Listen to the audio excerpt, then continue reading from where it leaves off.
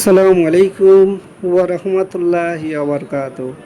ঈদ মোবারক, ঈদ মোবারক, ঈদ মোবারক। সকলকে ঈদ মোবারক।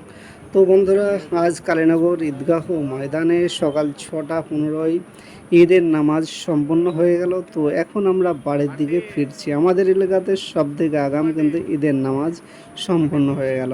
তো অন্যান্য বছরের মতো এবছরে কিন্তু সেই খুশিটা কিন্তু নেই, দেখতেই পাচ্ছ। অন্যান্য বছর ঈদের যে একটা আনন্দ বা খুশি ভাব থাকে, তো সকলেই কিন্তু আস্তে আস্তে বাড়ির দিকে রওনা দিচ্ছে।